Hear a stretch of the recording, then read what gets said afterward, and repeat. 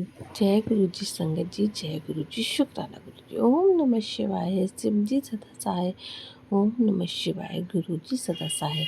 संगत जी, जब जब भी गुरु भगवान की ज़रूरत पड़ती है, भगवान किसी न किसी रूप में अवतार लेते हैं और धरती पर आते हैं।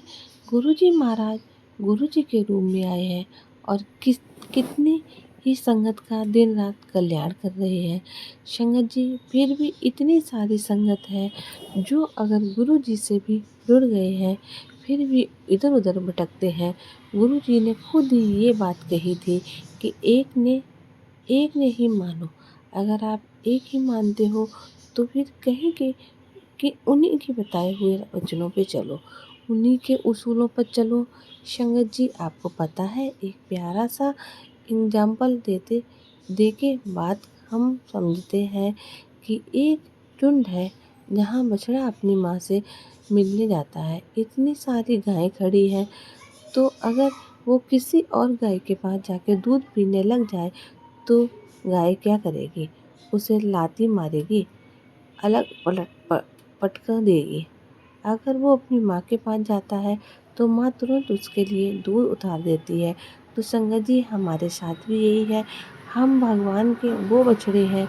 जब हम अगर गुरु जी को मानते हैं पर फिर भी इधर उधर कहीं और शक्तियों के पास जाते हैं, तो वो सब समझते हैं कि हम कहाँ से आए हैं। वो हमें ऐसे ही लात मार के और ना हमारी कोई काम नहीं बनता है। कितनी ऐसी संगत है जो कितने सालों तक इधर उधर भटकती रहती है और अंत में गुरु जी के पास ही आके उन्होंने सब कुछ पाया। संगत जी, भगवान अलग अलग रूप में धरती पर आए हैं। हम ये सोचें कि गुरु जी हम किसी और भगवान को मानते हैं, उनको छोड़ो या ना माने, आप ये बात समझें, भगवान के रूप अनेक हैं, वो शक्ति एक है। गुरु जी ही गुरु नानक जी का भी नाम है, राम का नाम भी है। वो उस युग में उस रूप में आए और इस युग में भगवान गुरु जी के रूप में आए। तो संगत जी, अगर हम गुरु जी को मानते हैं तो उन्हीं के बताए हुए वचनों पर चलें और वो कैसे हमारे कर्म कटवाते हैं। एक बहुत ही प्यारा और अद्भुत सत्संग गुरु जी की प्यारी संगत श्री रघुवीर अंकल जी का है, जिन्होंने दिन रात गुरु जी महाराज के साथ बिताया। उनके फादर का है। उनके फादर को कैंसर डिक्लेयर कर दिया और वो कैंसर का साइज पेट में इतना बढ़ता जा रहा था। डॉक्टरों ने कहा कि अगर इसका तुरंत इलाज नहीं किया गया पर इसका इलाज साइज बढ़ता चला जाएगा और आगे चल के आपकी ऐसी हालत हो जाएगी कि जो स्टूल है वो उस जरिए से ना जाके वोमिट के जरिए बाहर निकलेगा। वो अंकल बड़ी टेंशन में आ जाते हैं, तो अपने बड़े बेटे को लेते हैं और गुरु जी के दरबार में पहुंच जाते हैं। रघुवीर अंकल जी तो पहले से ही वहाँ सेवादार के रूप में दिन रात काम किया करते थे। तो संगत जी गुरु जी को जाकर बताते हैं कि गुरु जी ऐसी ऐसी बात है, तो ऐसे नरक वाली ज़िंदगी में बिल्कुल ही नहीं जीना चाहता। आप मुझे इससे मुक्ति दिलाइए, आप मेरा कैंसर ठीक कर दीजिए। तो संगत जी, उनके फादर की बात सुन के गुरु जी ने इतनी बड़ी बात कही कि मैं ना तो नरक तुझे इस जन्म में और ना ही आगे आने वाले 7 जन्म में आने वाले 7 जन्म में आने वाली दुनिया में कहीं नहीं भुगतने दूंगा। तो इससे बढ़ के क्या होगा संगत जी कि हमारा अगला पिछला सभी जन्म गुरु जी ने कैसे क्लियर कर दिया। फिर गुरु जी ने वहाँ जल प्रसाद मंगाया एक मग्गे में और अपनी रुद्राक्ष की माला निकाली, वो अमृत बना के दिया। कहा इसको आप पीना डेली और घर जाने के लिए कहा। अब रघुवीर अंकल जी लंगर के लिए बोलते जाया करते, घर तो डेली हाल चाल अपने फादर से पूछ लिया करते। पूछते हाल चाल ठीक है, पेट भी सॉफ्ट है और ना ही उन्हें इतने दिनों का तक स्टूल आया, नहीं खाया भी रहे थे, सब कुछ कर रहे थे, पर वो जा कहाँ रहा था। वो गुरु जी की माया वही जाने। फिर एक दिन रघुवीर अंकल से गुरु जी बोले कि तेरे फादर की न उम्र का नहीं है। उनकी डेट 28 दिन के बाद रात को 11 बजे उनका अंतिम समय होगा और और वो सब कुछ बता देते हैं। पर तुझे ये बात किसी को नहीं बतानी है, ना ही अपने घर वालों को बतानी है, ना किसी से कहनी है। अब रघुवीर अंकल बड़े अचंभित रह गए कि भाई सामने डेट बता दी कि इस दिन मेरे पिताजी शरीर छोड़ देंगे। अब है तो वह तकलीफ में ही। अब गुरुजी उनके कष्ट काट कर्म कटवा रहे हैं। संगत जी 28 दिन के जब रह गए तो 4 दिन पहले 28 दिन से गुरुजी महाराज रघुवीर अंकल को बोल देते कि आप अपने घर जाओ, अपने फादर की सेवा करो। जितने भी अंतिम समय उनके पास बचे हैं, अब अंकल अपने फादर की दिन रात सेवा में लगे हुए हैं। तो जो भी कुछ खाते ऐसा कुछ नहीं कि उन्हें पच नहीं रहा, अच्छे से बात भी कर रहे हैं, सब कुछ खा रहे हैं, पर बाथरूम टॉयलेट के लिए जाते तो उन्हें वो पास नहीं हो रही थी। उन्हें थोड़ी तकलीफ हो रही थी। तो कहते हैं ना, जिस दिन उनका अंतिम समय था, रात को 11 बजने में कुछ टाइम था, तो वो वॉशरूम के लिए गए। अब मैं बाहर जाकर गेट पे खड़ा हो गया कि आएंगे तो मैं कहीं गेट खुला ना रह जाए, बंद कर दूंगा।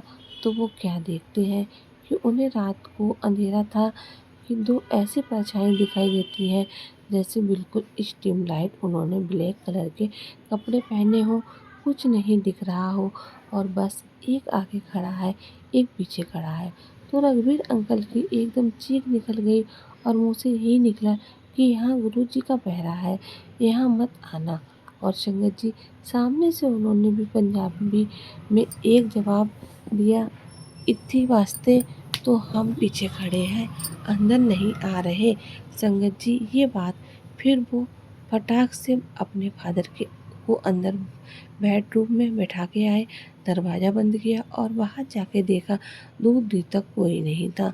अंकल बड़ी बेचैनी, 11 बज गए, 12 बज गए कि भाई को वो अंतिम घड़ी गुरुजी ने बताई थी वो तो निकल गई। तो अंकल सुबह 8 बजे ही गुरुजी के पास जाते हैं कि गुरुजी देखते हैं वहाँ संगत बैठी हुई होती है। तो गुरुजी अंकल को देखते ही कहते हैं कि क्या हुआ, कल तुमसे मुलाकात कर दी। अंकल तो हैरान रह जाते हैं। गुरुजी तो जान ये सब जानते हैं। कहते हाँ जी गुरुजी बिल्कुल करा दी। कह रहे चलिए सत्संग सारी संगत को सुना जो वहाँ बैठी हुई है। अंकल ने अपनी सारी बात संगत को सुनाई, जो भी उनके साथ रात को हुआ, जो भी उनके फादर जी को जो भी सिचुएशन थी।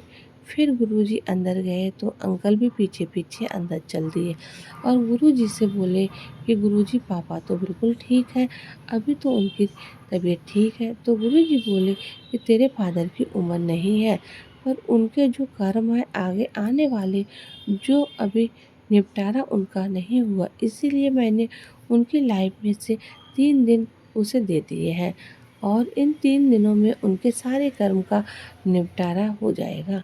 जो मेरे तेरे फादर का वचन दिया है ना, इतने नरक भुगतने भुगतने दूंगा ना, आगे नरक भुगतने दूंगा। तो संगत जी आप देखिए ना, कहाँ ऐसे भगवान हैं जो कर्मों का भुगतान करते हैं। आपने कोई ऐसी शॉप देखी है कोई डॉक्टर की कि यहाँ कहीं लिखा देखा हो कि यहाँ कर्मों का भुगतान होता है, कि यहाँ नरक मिलेगा ना आगे नरक मिलेगा।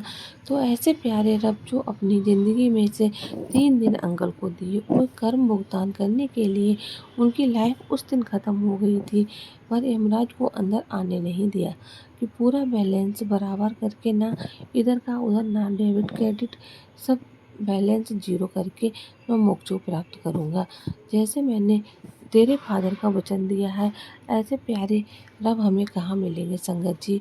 और बताते हैं 3 दिन बाद जो गुरु जी का समय बताया कि समय वही रहेगा 11:05 पे। उनके फादर 3 दिन वो अपने फादर की सेवा में ही रहे, 3 दिन सेवा करते रहे। फिर उन्हें इतनी तकलीफ हुई उस दिन, तीनों में से वो तड़पते रहे दर्द से। उन्हें यही नहीं पता था कि क्या हो रहा है, बस यही कहते रहे कि मुझे बस मौत मिल जाए। वो सोचिए संगत जी कितने कर्मों के जन्मों के कर्म या कैसे कर्म 3 दिन में गुरु जी ने उनका निपटारा कर दिया।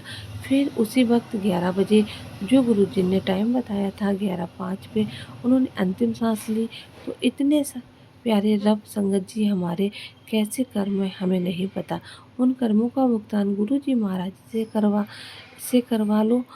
कितने करवा सकते हैं संगत जी कहते हैं कर्मों का लेखा ही संगत जी किन्हीं को तो जाते ही मिल जाता है, किसी को सब कुछ मिल जाता है और किसी को कुछ नहीं मिलता है। ये हमारे कर्मों का ही फल है। गुरुजी तो खुद कहा करते हैं कर्म तुम्हारे जैसे हैंडपंप है, जितना तुम हैंडपंप चलाओगे उतना पानी पाओगे। तो जितना तुम मुझे याद करोगे उतनी ब्लेसिंग ले जाओगे। गुरुजी को याद करते रहो और अपने कर्म कटवाते रहो। संगत जी गुरुजी हमारे अगले पिछले सभी जन्मों के कर्म इतनी आसानी से कटवा देते हैं, कोई ऐसा नहीं कर सकता है। संगत जी इतने प्यारे रब हमें मिले हैं और अब भी इस संगत जान के अनजान बनी हुई है। इतने लाखों करोड़ों और कल्याण गुरुजी कर रहे हैं दिन रात। और कहीं सारे भगवान का रूप है वही है, ये बात समझ ले। इधर उधर ना भटके। तो जब हमारा एक से जुड़ा हो जाता है, जब एक जगह हम टिक जाते हैं तो हाँ गुरुजी ही सब कुछ संभालते हैं। तो संगत जी ये इतना प्यारा अद्भुत सत्संग है, इससे हमें यही सीखने को मिलता है कि जब गुरुजी संभालते हैं ना तो अगले पिछले क्या कितने जन्मों के हमारे कर्म सुधार देते हैं और फिर हमारे जीवन में ब्लेसिंग्स भर के आती है। ऐसे प्यारे गुरुजी हमें कहाँ मिलेंगे। गुरुजी का अनंतम अनंतम शुक्राना, लख लख शुक्राना, करोड़ों बार शुक्राना। ओम नमः शिवाय। शिव जी सदा सहाय। ओम नमः शिवाय। गुरु जी सदा सहाय। जय गुरु जी। शुक्राना गुरु जी।